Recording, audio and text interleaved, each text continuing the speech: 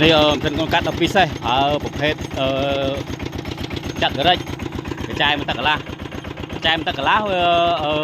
ประเภทตะกละไปเข้าปีอ่านตะกละเชียงมุกโยน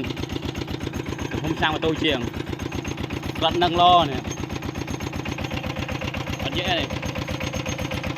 con cát để tra đây này dạng mà nông ha cái mai này ôm phôm bị xẹt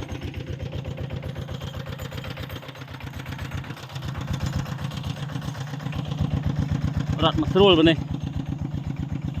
giống tí mặt srul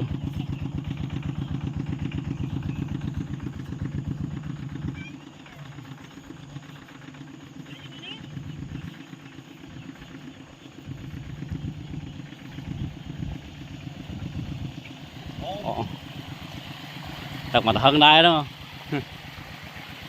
chính là pin vô đi vô đi vô pi tâm lom 2 mai rồi nè chạy chặt rồi đấy.